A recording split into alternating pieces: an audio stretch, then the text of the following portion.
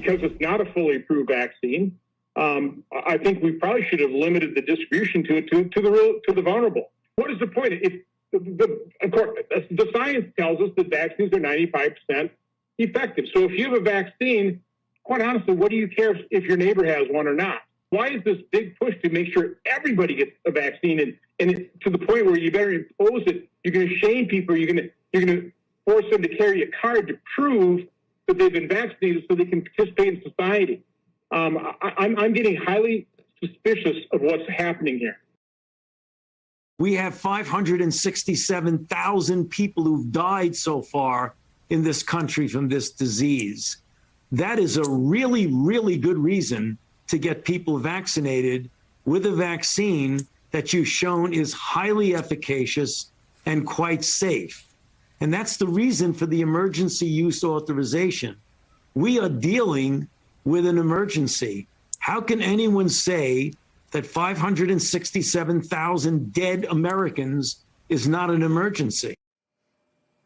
Well, there you go. Dr. Anthony Fauci laying waste to those comments you heard from Republican Senator Ron Johnson.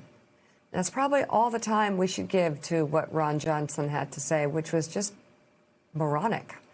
Joining us now, Democratic Senator Amy Klobuchar of Minnesota. She's a member of the Judiciary Committee and author of the new book, Antitrust: Taking on Monopoly Power from the Gilded Age to the Digital Age. And this book is just out. Congratulations. Usually we sort of talk about other issues of the day before we get to the book, but I want to jump right in because this has everything to do with what's going on in our country today. Tell us what you found out about the state of the antitrust laws in our country and why it matters to most Americans. Well, Mika, it matters to everyone because it affects workers, it affects families, it affects our very democracy if you have a bunch of huge gatekeeper tech companies that don't have the bells and whistles that can protect people's privacy or stop misinformation that Ron Johnson thing was just the tip of the iceberg that we see spreading across the internet. And so what I believe we need to do is to look back in history, and I do that. I have over 100 cartoons, so it's not boring, and look at some of the people that took this on, from Ida Tarbell, who is a muckraker who took on Standard Oil, to the woman who invented the Monopoly game because she was actually against monopolies, to Teddy Roosevelt to now. And I make the case that there's over 25 things that we can do right now, I list them, to take back our country's economy. You have literally the biggest companies the world has ever seen. I'm not mad about their success. I think they're great companies in terms of employing people and new innovations. But when you look back through history, we've always rejuvenated our capitalism by using the antitrust laws as a check and balance of too much power in one hand, because we want small businesses to start up. We want consumer prices to go down. We want to have small women-owned and minority-owned businesses to have a chance to not just start, but to keep going. And that's really hard in a monopoly environment. Well, I want to follow up. You mentioned the tech companies where you have certain massive areas where people get information that that really work off of misinformation, propaganda, and even things that coarsen our society. And yet there's no way to have any type of controls over what is true, what is untrue, no editorial. I mean, what is the solution to all these lies that are cropping up on Facebook, in social media and feeds? I mean, it seems to be out of control. Right. For so long, the companies have said, trust us. There's a few solutions. One is, of course, both privacy rules that we have not done on the federal level, as well as looking at this thing called Section 230, which is about immunity for the companies, and making some changes when it comes to civil rights, when it comes to things involving misinformation. But the third one, and this is completely related, is monopolies and using antitrust. Just think about it. I'll use Mark Zuckerberg's own words in an email that came out during the House hearings. He said when explaining why they would look at purchasing companies like WhatsApp or Instagram, he said basically, well, their brands may be small right now. He called them nascent companies, but one day they could be very disruptive to us.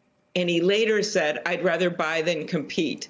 Well, what does that tell you? That is Exhibit A for a monopoly. They're buying those companies so that they will never be able to compete with them. Maybe Instagram could have developed the bells and whistles when it comes to misinformation. Or how about Google in Australia? And with a 90% market share when it comes to search engines, what do they do when the government says, you know, we're going to start making you pay for content from newspapers and things like that? They said, okay, no, we're going to leave your country with no search engine. You'll just have a little tiny bit of one. We're gone. Monopolies do things. Or the last thing I'll note, our App Store hearing about Apple and Google, where the night before Google literally called one of the witnesses from Match.com and started threatening them about their testimony being different than what they said in their earnings report. That's what monopolies do. Monopolies are bullies when it comes to the economy. Eddie Glaude, jump in. Good morning, Senator Klobuchar. This is a wonderful book at this particularly important time. I'm thinking about Walt Whitman's classic 1871 text, Democratic Vistas. He's writing in the middle, at the dawn of the Gilded Age, and he's talking about how greed has hollowed out our democracy. I want you to talk a little bit about the relationship between monopolies and greed and what they both mean for a robust or eviscerating a robust conception of the public good in our country. Could you talk a little bit about that for us?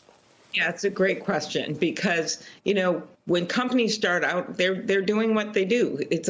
We have a capitalistic economy. I am a fan of capitalism, but when you go back to the beginnings, Adam Smith himself, the father of capitalism, warned about the risks of unbridled standing armies of monopolies. And what he warned about is basically what's happening again right now, that they gather so much power, they get so much power with government officials. Right now, that means lobbying, that means campaign contributions and the like, that they basically run the place. And that's true of our democracy as well. So then our democracy gets afraid of doing anything. And that's what you've seen. You look at the insurrection and what happened. Was that all about the social media companies? No, we had a president that was inciting an insurrection. We had all kinds of things. But how did a lot of this misinformation spread online unchecked? People were doing it online. Why do we have my neighboring cafe? I went in there and a kid there said his mother-in-law still wouldn't get the vaccine. Well, because he said she read a posting on Facebook that said they plant a microchip in your shoulder. So, you know what? That kind of misinformation hurts our democracy because people aren't getting facts. They're getting lies, and then they're passing it on to other people, and it's incredibly divisive.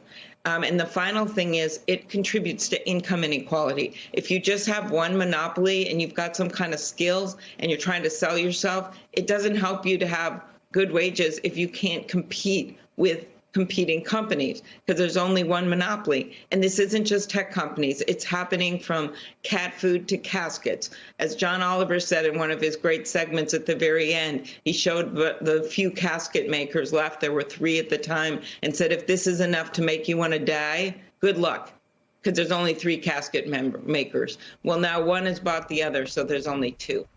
So that's why expanding our enforcement and changing our antitrust laws, as we have many times in our country's history, to make it easier to bring the cases. I have a bill that does that. Senator Grassley and I believe we need to invest in the agencies that are taking on these big cases. FTC, Antitrust, Department of Justice. They cannot take on the world's biggest companies with duct tape and with Band-Aids. We need to charge higher fees on the biggest mergers, use that money to pay for the lawyers to take on the cases. Hey, thanks so much for watching our YouTube channel. You can follow up on today's top stories and breaking news or catch up on your favorite MSNBC shows all in one place. Download the NBC News app today.